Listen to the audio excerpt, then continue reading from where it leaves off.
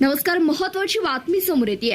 सांगोला तहसील कार्यालयामधील सावळा गोंधळ विरोधात तहसीलदार यांना निवेदन. सेतू कार्यालयामधून दिल्या जाणाऱ्या सेवा सुविधा यांचे दर शासकीय दराप्रमाणे आकारण्याची केली मागणी.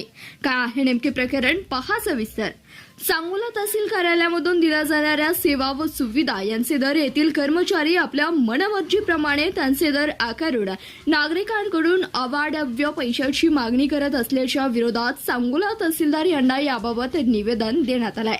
या निवेदनामध्ये सांगोला तहसील कार्यालयात शासन मान्य सेतू कार्यालय असून या कार्यालयामधून नागरिकांना उत्पन्नाचा दाखला, जातीचे दाखले, नॉन क्रिमियर, डोमासाइड आणि अपेंडिटिव्ह करणे यासारखी कामे केली जात असताना परंतु येथील कर्मचारी हे मात्र नागरिकांची अडचण ओळखून त्यांना शासनाने ठरवलेल्या दरापेक्षा जास्त रकमेची मागणी करून ती रक्कम विद्यार्थी, नागरिक व शेतकरी वर्गातील लोकांनी दिली तरच त्यांना त्यावरील कागदपत्रे दिली जात असल्याची तक्रार मान्य तहसीलदार सो यांना देऊन वरील गोष्टींचे गांभीर्य ओळखून यावर योग्य ती कारवाई करून येथून पुढे सेतू कार्यालयामध्ये शासनाने ठरवलेल्या दरपत्र सूचना फलक दर्शवी भागामध्ये लावून नागरिकांकडून त्याप्रमाणे दर घेण्याचे येथील सेतू चालक व कर्मचारी सक्त सूचना देण्यात याव्या याप्रमाणे निवेदन देण्यात आले. यावेळी अवी देशमुख, सुजल कोळवले, मोसिन मुलानी, मनोज देशमुख, ज्ञानेश्वर शेजाळ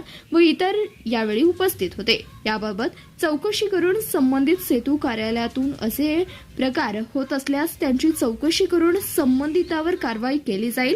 तहसीलदार